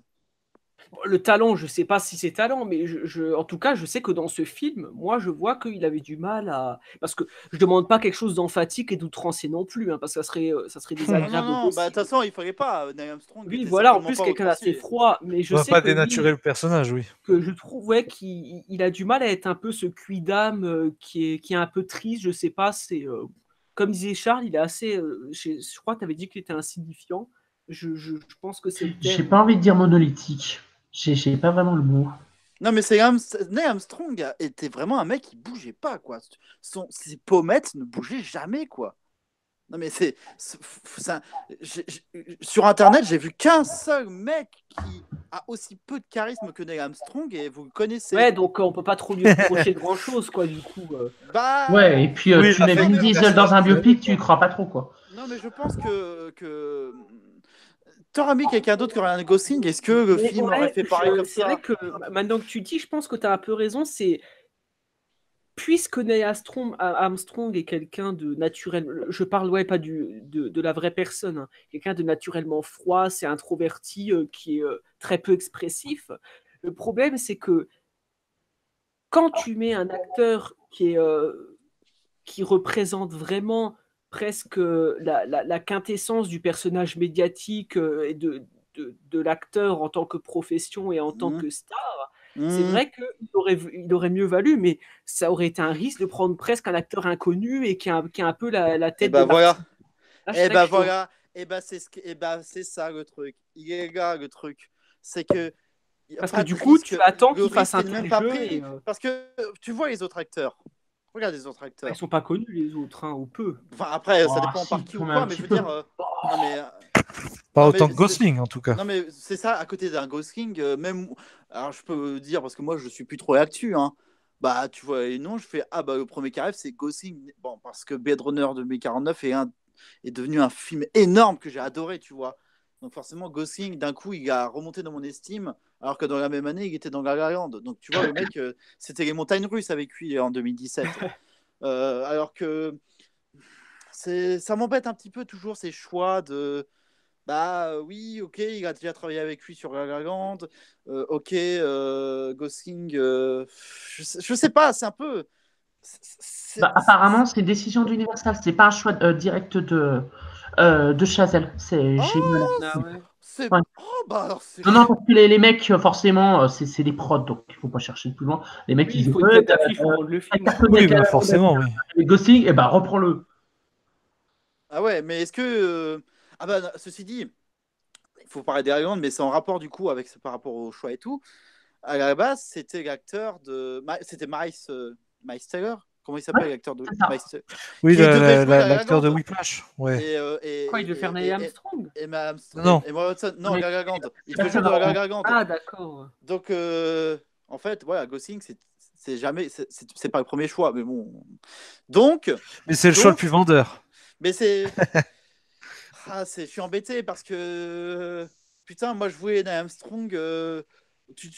Ok, tu veux utiliser un parti pris, tu veux jouer sur le côté froid, bah pour ce genre Et de pas film. Gosling, quoi.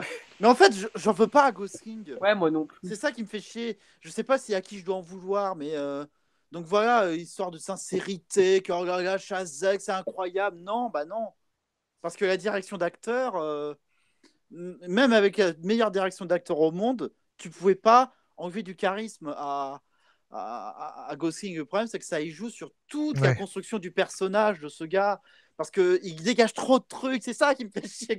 Oui, Et il aurait pourtant, fallu passer par une reconstruction faciale, je sais pas, ne serait-ce qu'avec des prothèses ou avec un travail et la coupe de cheveux, j'en sais rien. Non, moi. mais peut-être j'en demande pas autant non plus, parce que bah, tu choisis un acteur, bah ok, la digeste du film fait que maintenant, ça y est, tu sais que c'est Neil Armstrong. Parce que les acteurs en soi, tous les acteurs qu'on voit, surtout sa femme, bah, c'est top, il n'y a pas de souci. Hein. Oui, Mais c'est c'est l'écriture qui pose problème. Mais pour le reste. c'est pas tant, c'est que François Truffaut avait écrit un livre, je suis désolé, je me rappelle plus du titre. Je suis désolé, je vais retrouver ça maintenant. Où il disait qu'un acteur est forcément identifié à un type de rôle. Alain Delon était identifié Ah bah oui. à un Sicilien ou à un Ouais. gangster français. Le syndrome George. Comment? Ça s'appelle le syndrome George Reeves. C'est-à-dire que, en gros, et c'est malheureusement de plus en plus le cas pour de plus en plus d'acteurs américains surtout, c'est-à-dire qu'une fois que tu as joué un rôle T'es connu, cantonné dedans, quoi. eh ben, tu es cantonné dedans à tel point que, un exemple tout simple, c'est tiré du film Hollywoodland. Justement, la grosse coïncidence, c'est Ben Affleck qui devait jouer Superman. Et le truc, c'est que le personnage de George Reeves a essayé de passer en tant qu'acteur après avoir joué Superman. Et la première chose que tout le monde voyait, c'est que, comme par exemple, il devait jouer, je crois, un capitaine ou un aventurier, et il y a quelqu'un dans la salle qui fait Hé, Georges, pourquoi t'enfiles pas ta cape et tu décolles? Oui, non. Et parti de là, c'est du vécu. Oui, alors qu'il y a des acteurs qui arrivent à jouer beaucoup de choses différentes. Donc. Non, mais c'est ça, c'est que maintenant, quand tu vas voir Gosling, avec ce que tu sais de lui déjà, moi je peux pas le voir en Neil Armstrong.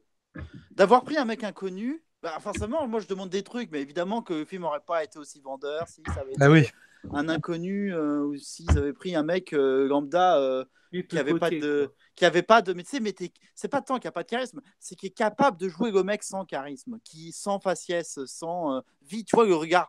Vous avez déjà vu des gens, tu sais, qu'on regard vide. Tu les regardes, tu as l'impression que tu vas leur dire impuissant, ils comprennent pas. Bon. Et pour moi, Neil Armstrong, qui était un gars incroyablement intelligent. Oui, bien sûr. Voilà, bon, je chipote peut-être, je suis désolé, mais c'est important d'en parler de temps en temps, de ce choix, des fois. Mais bon, c'est Hollywood. Faut pas oui, il y a une partie artistique, mais il ne faut pas oublier le business, quoi. Oui, c'est encore un pied né de la part de Chazelle, c'est-à-dire que je pensais par exemple en parlant de biopic, c'est-à-dire que la plupart du temps on essaie de prendre un acteur pour donner vie à une star et si possible le plus connu possible ou si possible le plus ressemblant possible. Et je pense qu'un contre-exemple c'était le couple Warren dans Conjuring. Quand tu regardes le couple qui est bien, glamour, etc., et puis que tu vois les vrais Warren dans les photos d'archives, pas en fouillant des recherches sur Internet, en fin de générique, quand ils vont entre les vraies photos d'archives et qu'ils vous disent ça, ce mec, c'était le vrai Warren, ça, c'était la vraie Warren, et que tu as le comparatif entre l'actrice sur la droite et le vrai personnage sur la gauche. Et là, je trouve que c'est encore un pied de nez de la part de Chazelle, ou alors c'était voulu qu'il a pris l'acteur qui ressemblait le plus possible à Neil Armstrong. Il y a un peu de tout, mais il y a surtout une part de business, mais c'est normal. Tu as quand même droit à plus de garanties financières et de garanties promotionnelles en te disant, voilà, moi j'arrive, je vais faire tel film, il y aura telle personne dans le dans le rôle principal, forcément, le producteur qui est là aussi pour gagner de l'argent et surtout pour gagner de l'argent, Ouais. il va préférer prendre Ryan Gosling en pouvant insister sur le duo reformé depuis La La Land, etc., etc. Mais c'est logique. Ouais. Quitte à parce en qu'en perdre soi- un peu de En soi, véracité. la direction d'acteur, en plus, en soi, je pense que Shazak fait ce qu'il faut. Oui, Mais il pouvait pas. il Parce était que moi, obligé ça de m'a. faire des. Non, mais Oui. c'est pas ça, c'est que regarde, tu t'intéresses au personnage de Neil Armstrong. C'est pas genre tu t'intéresses aux missions qu'ont fait les gars, et puis L'homme, limite, à l'homme. tu mets. Là, tu t'intéresses à l'homme. Mm. Tu te centres sur lui. C'est sur les traces de Neil Armstrong. Bah, tu cherches à être le plus proche Mais ça va. possible. Comme tu disais, pourquoi il se lâche pas à tel moment? Ça fait aussi partie de ce jeu-là. Ouais, mais bon, enfin, là, j'ai l'impression de faire le mec qui découvre Hollywood. Non, mais bien sûr que non. Non, mais bon, ça te déçoit toujours autant. Non, je suis pas déçu. Non, j'ai dit en privé avec Maxime que j'étais déçu, mais en fait, c'est pas tellement le mot déçu. J'exagère un peu. C'est pas déçu, c'est bah, je suis blasé. C'est plus Ouais, ça ouais. en fait. Je sais pas si c'est même pas pire en fait, tu vois. Déçu, au moins il y a une réaction. Blasé, Ouais. Non, mais c'est pas couillu quoi. Il manque des choses. c'est pas Whiplash, merde. Mais Whiplash, c'était génial. C'était bien ça. Ah, je n'ai pas vu First Man, mais en tout cas Whiplash, oui, oui, on était sur quelque chose de percutant, oui, oui. Sans mauvais jeu de mots. Oui, pas mal, celle-là. Est-ce que, messieurs, on s'approcherait tout doucement d'une conclusion? Est-ce Bah que vous ouais. êtes d'accord? On a parlé de la musique, on a parlé de Ryan Gosling, forcément c'est collé au personnage, et donc on a parlé beaucoup du personnage, on a parlé de l'aspect technique, on est revenu sur il est capable de faire de bonnes choses, mais derrière on sent que sur d'autres, je parle de Chazelle bien sûr, sur d'autres parties c'est un peu plus compliqué. En tout cas moi je suis pressé d'avoir votre note, même si c'est pas la note qui fera le débat, mais plutôt la qualité de vos arguments et de vos échanges. On va partir sur une conclusion déjà et sur une note. Je te laisse la main, Charles, pour ton avis et on va dire ta conclusion. Non, mais je vais faire vite parce que on a tout dit, j'ai l'impression déjà, même s'il peut y avoir d'autres points de vue dans les commentaires et je vous invite à commenter Bah oui, il faut. sur ce qu'on dit, c'est intéressant. Et moi, je réponds aux commentaires gentiment. Donc, je trouve que c'est un film qui, à la base, propose un truc pas trop mal. On n'a pas fait, je pense, de fiction sur Neil Armstrong avant. Des documentaires, bien sûr, mais pas de fiction à ce niveau-là. Donc, il fallait, mais Chazelle nous a pris des partis pris sur la vie de Chazelle, de Armstrong, mais il n'en exploite pas des choses pertinentes, suffisamment pertinentes que j'ai pour accrocher et il se limite dans son délire. Putain, il met pas la deuxième ni la troisième. Il reste sur la première, c'est non, on va y aller tout doucement. Pas trop vite. Hein, il faut vraiment qu'on ait le temps de regarder le paysage, hein, tranquille. Hein. Surtout, hein, bien sûr. Hein. Donc, moi, je vais la note de 11 sur 20. 11 sur 20 pour toi. Maxime. Moi, durant tout ce débat et dès le début, contrairement à Charles qui dit que lui n'est pas déçu, moi j'ai quand même fait part de ma déception, car Damien Chazelle est quelqu'un dont j'avais beaucoup apprécié le travail, aussi bien sur Whiplash que sur La La Land, c'est important.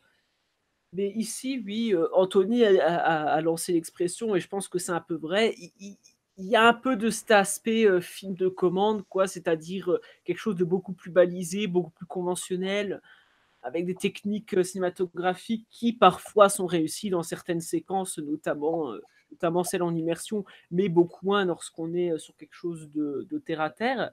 Il y a ce thème de Justin Hurwitz qui éblouit quelques moments, mais qui jamais n'est réellement intrinsèque à la narration et au langage du film. Et donc ça, c'est très problématique. Et oui, pour si tu veux, quand même, cette sorte d'indigence cinématographique et de manière très générale, une absence réelle de thème et d'importance, de lignes directrices dans ce film et de choses qu'on retient réellement à la fin, je pense que je ne vais pas pouvoir mettre plus que 7 sur 20 au film. Très bien. Ah oui, quand même. Oh, bah, pour moi, c'est pas si bas. Hein. Je peux... Ah ouais, je m'attendais pas. Philippe. Alors, qu'est-ce que je peux dire? Déjà, j'en attendais sans. J'ai essayé d'en savoir le moins possible. Disons que je me suis laissé vraiment. J'ai regardé la première bande-annonce et puis hop, j'ai zappé tout le reste. Je craignais dès le début l'aspect un peu dramatique. Et je sais que ça parle de fusée, mais au fur et à mesure, le film décolle. Et c'est au moment où il est complètement en orbite que je suis parti sur la Lune avec lui et je suis resté mais complètement bluffé, complètement ému, beaucoup même. T'as bandé dans ces 5 dernières minutes. Non, je déconne. Charles. Je saurais pas en étant vraiment objectif parce que il est un petit peu plus faible techniquement qu'un La La Land. Ça, Ah mais personne peut être objectif sur ce genre de choses, tu sais, c'est pas mais possible. oui. Mais la démarche peut l'être. Mais ça ne nous intéresse pas d'ailleurs. On veut du subjectif. Oui. Autant la technique c'est important, mais l'émotion, disons que ça joue pas mal Ça joue pas mal quand même. Je mettrais un bon 18 sur 20. D'accord. Ah ouais. Juste une dernière chose, je souhaite juste que, je l'avais déjà dit sur les réseaux sociaux, que, comment il s'appelle, Damien Chazelle continue sa carrière, mais se fasse pas récupérer par les studios pour une quelconque commande. Mais non. Mais non. De merde. Mais non, voyons. Il finira avec un projet Marvel entre les mains. Ah, je plaisante. Alors, je crois que c'est un film qui fait moins de succès que La La Land. Il n'y a pas non plus tout le tapage autour. Ouais, c'est normal. Hein. Et peut-être que le sujet ne fait pas non plus rêver, ce qui est dommage. Hein. Oui, vous vouliez peut-être rajouter quelque chose? Oui, je râlais en disant il y avait Nommé Prédateur à côté, donc forcément. Ah, d'accord. En tout cas, pour reprendre les notes qu'il y a eu, il y a eu un 11 sur 20, un 7 sur 20, un 18 sur 20. Donc vous l'aurez compris, on est sur des avis totalement différents mais bienveillants qui ont amené de belles choses, de belles discussions. Je vous en remercie, messieurs. Merci beaucoup. De rien. Merci pour votre présence et votre clairvoyance. De toute façon, s'il y avait un débordement, moi je savais qui appeler, hein, il n'y avait pas de souci. L'ami Schwarzy. Pour participer à la table ronde, ça se passe sur la page Facebook et Twitter. Vous cliquez sur le lien du Doodle et vous renseignez les dates et les horaires proposés auxquels vous êtes disponible en précisant votre prénom et votre adresse mail. Si vous n'avez jamais participé à la table ronde, envoyez en parallèle un mail à latableronde20@gmail.com avec l'objet « Candidature » dans lequel vous nous montrez votre motivation. Donc abonne-toi et je te fais un bisou. C'était donc la table ronde sur First Man. Je vous remercie à nouveau, messieurs, d'avoir été présents. Merci à toi, Charles. De rien. À très bientôt. À très bientôt. Tu reviens quand tu veux. Ouais, bien ça, sûr, ça dépendra du film, bien sûr. Toujours pareil. Et bien sûr, Philippe et Maxime, vous êtes également les bienvenus. Merci beaucoup à vous deux aussi. Le prochain film... Merci à vous. Mais c'est normal, c'est normal. Le prochain film, on va rester dans le biopic, mais complètement différent. On va retourner les pieds sur terre et encore, il est capable de d'haranguer les foules, de leur donner de la puissance, de faire décoller un stade. À la 2. Non, ça sera sur Bohemian Rhapsody. Ah oui. Biopic sur Queen, plus particulièrement Freddie Mercury. Donc on continue dans l'interprétation, dans le mimétisme, dans un autre domaine. On quitte la science pour l'art et pour la musique avec donc Bohemian Rhapsody.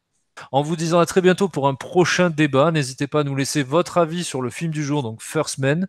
En tout cas, encore merci à vous, messieurs. Merci à tous ceux qui nous ont écoutés jusqu'au bout. Effectivement, à la table ronde, on spoil, il vaut mieux avoir vu le film avant, c'est quand même plus intéressant. Et on se dit à très bientôt pour de prochaines discussions, de prochains débats, je vais y arriver. Et surtout, à très bientôt avec la table ronde. Merci à vous. Ciao, ciao. Ciao, ciao, jeunes gens. Salut. Bisous. Je n'ai pas vu le film, alors je ne me contenterai de l'animation. Alors, évitez de me spoiler le fait qu'il marche sur la Lune. Ce serait sympa. Ah non, mais quand je vous dis ça, je m'en fous. Vous y allez à fond. Hein. Bah oui, il faut y aller à Faites fond. votre Parce que truc, hein. sinon, non, faut pas parler. Non, Dans faut y le... aller. On est des hommes, on n'est pas des hommes, on y va. Bam! Les grosses Les couilles, là, un couilles. peu. Bisous à toutes les japonaises qui nous écoutent. Pour Charles. Yamete! Nani Yamete kurasai. Charles-san! Oh, mate.